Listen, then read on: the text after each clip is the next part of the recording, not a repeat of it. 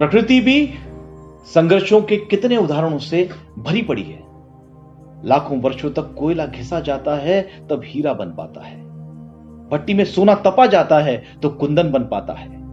प्रकृति के प्रतिरोधों को सह सकने वाला बीज वृक्ष बन पाता है। ये जितने भी उदाहरण हैं संघर्ष के उदाहरण हैं। आज चुनौतियां आते ही हम घबरा जाते हैं और उसका सामना नहीं करना चाहते। भगवान ने चुनौतियां क्यों बनाई? वो इसलिए बनाई कि मनुष्य का व्यक्तित्व उभरे, वो प्रगतिशील हो। एक बार एक किसान परमात्मा से बड़ा नाराज हो गया। कभी बाढ़ आ जाती तो कभी सूखा पड़ जाता, कभी धूप बहुत तेज हो जाती तो कभी ओले पड़ जाते।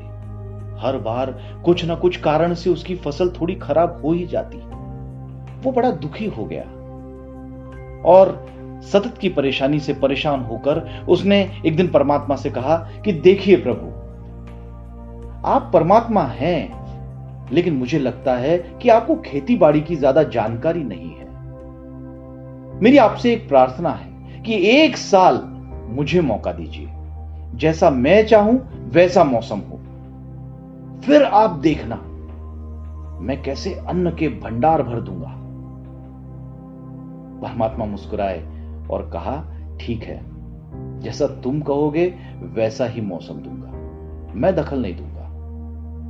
किसान ने गेहूं की फसल बोई। जब उसने धूप चाही तब उसे धूप मिली, जब उसने पानी चाहा तब पानी मिला।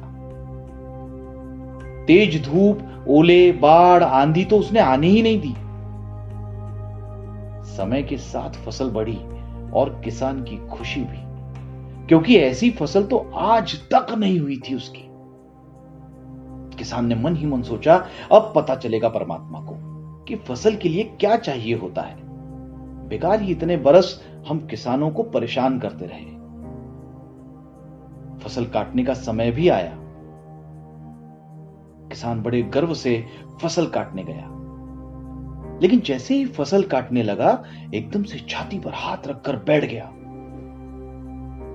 क्योंकि गेहूं की एक भी बाली के अंदर गेहूं ही नहीं था। सारी बालियां अंदर से खाली थी। बड़ा दुखी हो गया और दुखी होकर उसने परमात्मा से कहा, हे प्रभु, ये क्या हो गया? तब परमात्मा बोले, ये तो होना ही था।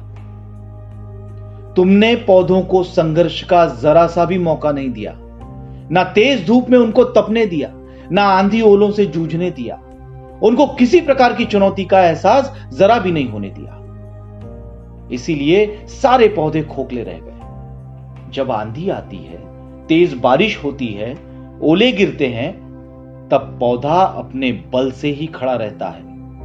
वो अपना अस्तित्व बचाने का संघर्ष करता है और इस संघर्ष से जो बल पैदा होता है वही उसे शक्ति देता है, ऊर्जा देता है, उसकी जीवटता को उभारता है।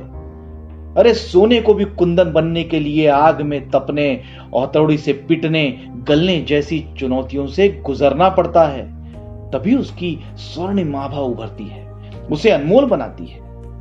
इसी तरह जिंदगी में भी अगर संघर्ष ना हो, चुनौती ना हो, तो आदमी खोखला ही रह जाता है। उसके अंदर कोई गुण नहीं आ पाता। ये चुनौतियां ही हैं जो आदमी रूपी तलवार को धार देती हैं, उसे सशक्त और प्रखर बनाती हैं। अगर प्रतिभाशाली बनना है तो चुनौतियां तो स्वीकार करनी ही पड़ेंगी, अन्यथा हम खोखले रह जाएंगे।